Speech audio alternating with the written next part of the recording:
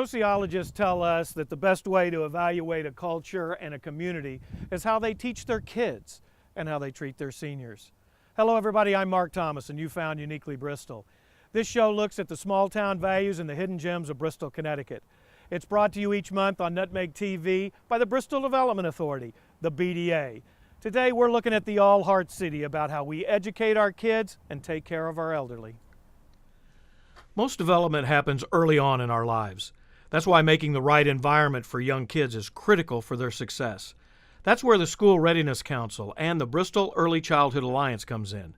Mary Alice Petroselli-Timmick is a BECA grant writer and outlines her program. What, in broad terms, what is the goal of school readiness and kind of the parts of them? Well, the goals of school readiness is really to have affordable early care and education for pre-K children and make it accessible, make it affordable, and make it quality, and also to have it for all children.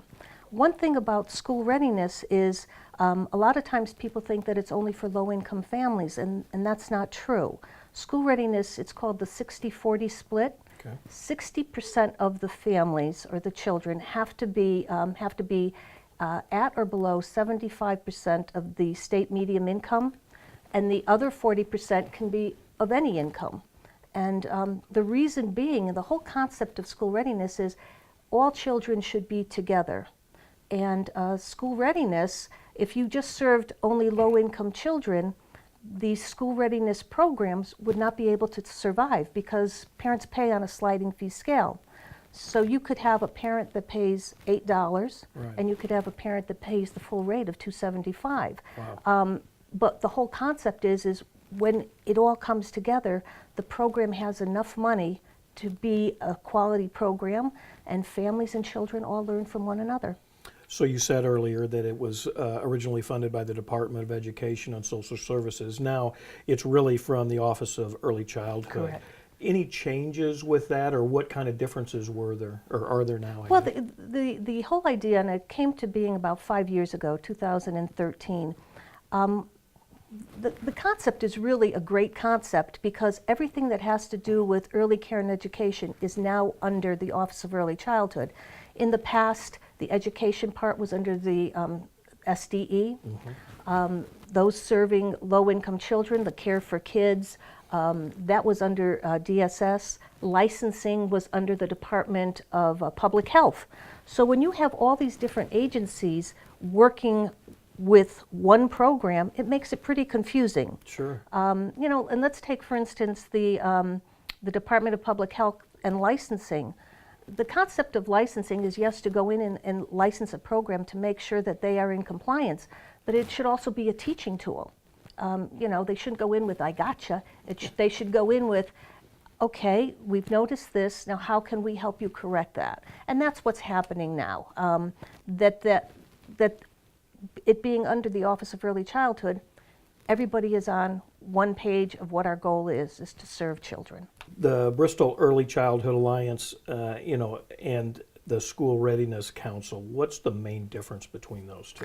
Well, the School Readiness Council, you have to be appointed by the mayor and superintendent. And as I said before, there are specific people that need to be on the council. And this council, their job is to vote on how the funding is distributed. Now, we're talking about right now of $2.85 million. It's a lot of keeping track. A lot of money. Yeah. And whereas the BECA, Bristol Early Childhood Alliance, that used to be a committee of the School Readiness Council. Got it. So what has happened, it evolved over time, is it's their own entity, but we share our committees. And also to be a member of the Bristol Early Childhood Alliance, anybody could be a member of that. What are we benefiting here in Bristol by all of this? Well, one of the things that we are benefiting by broadly is children are getting a quality education, a preschool education. We're benefiting because parents feel safe when they leave their children in a quality program. The other thing that we do, we have a great relationship with the Board of Ed. So these children are being prepared to succeed in kindergarten. So we are at the Bristol Preschool right off Burlington Avenue. Yes. They serve from 12 weeks to about 5 years, I Yes. think. So how does somebody get into this program? Tell us about the qualifications or how you get in. What they would do is they would call the programs. It's Bristol Preschool, and it's located here at Burlington Avenue, also on West Street. Right. Imagination Museum of Early Learning is located on Pleasant Street. And the Board of Education, and their pre-K programs are run out of the Beck Center, which is located on Stafford Avenue. If a person is interested, you call the places and you put your name in. They give you an application to fill out, and that's how the process goes. Now, I'll be honest with you, you probably will be placed on a wait list. Because they're that good. They are that good. But here on Burlington Avenue, you mentioned that they serve infant toddlers. They do, and that's out of their CDC grant. Got it. And that the city is also a fiduciary for that grant, and I do oversee that grant also.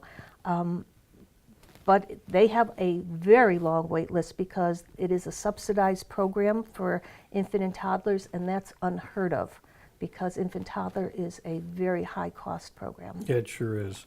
So the community programs, and I'm going to go to my list here because you have a lot of letters here. So the BPCCC and the INMEL, at the locations receive CHEFA funds. So what are the benefits of that, and how does that work? Well, the chief of funding is a facility funding for Connecticut. It's for Connecticut, and it's a facility, and it's usually for health institutes or education. Right. And so we have been very lucky here in Bristol because this building, West Street, and the Pleasant Street building all received chief of funding, and it's like it's like bonding money. I always say it's like a mortgage. Okay. And what occurs is they get this sum of money that pays for the building, and then they pay it back over 30 years.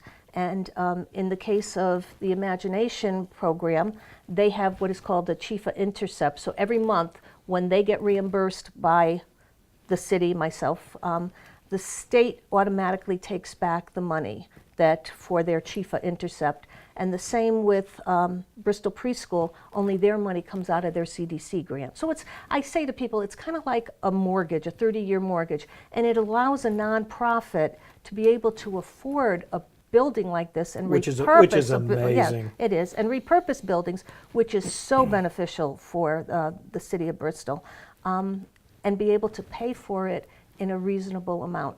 There is, they call it a covenant, what they have to agree to Sure. do, and there's specific things that they do have to do, and specific numbers of children they have to serve according to the covenant. So I always call it Chief of Protected, because Chief of Protected means for those 30 years, the state cannot take our school readiness slots from us, or their CDC slots. The school readiness program has a quality enhancement portion. Yeah, we do. What is exactly that and the benefits? Well, the quality enhancement grant, we were reduced. We only get about $18,000, I think $596. But what is great about that is that we can support a lot of things in our community. Let's take, for instance, the library. We support the library so they can have events for children and families. So money goes to them. The family resource centers, we support them. What they do with the money is really great because they have, it's called People Empowering People. It's called the PEP Right, group, where they okay. train parents. How clever. Yeah, well, it's a nationally known program. Right. So we are able to support that for them. Someone once said, every child has the same potential, but every child does not have the same opportunity. Right. Early care and education allows every child to have the same opportunity. The other thing that we're looking for, this past year, I just started an endowment fund with the Main Street Foundation. It's called Early Learning, Okay. a pet project. It is named after my brother. My brother John passed last year. He was an engineer. And I always tell this story. When we were growing up, my brother was so brilliant. I have another sister that's brilliant. They're much smarter than I am.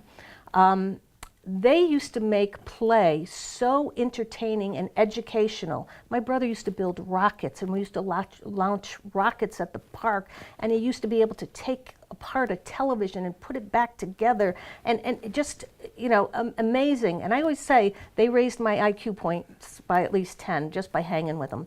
So when he passed, I wanted to honor his memory, and so I thought, what best way to do this? Because even though I wasn't in an early care and education setting, I was able to get the opportunity to look at things differently because he was an older brother to me. The two nonprofits that receive school readiness funds, Bristol Preschool and Imagination Museum of Early Learning, they will have an endowment that will assist them to be able to project budgets over the years.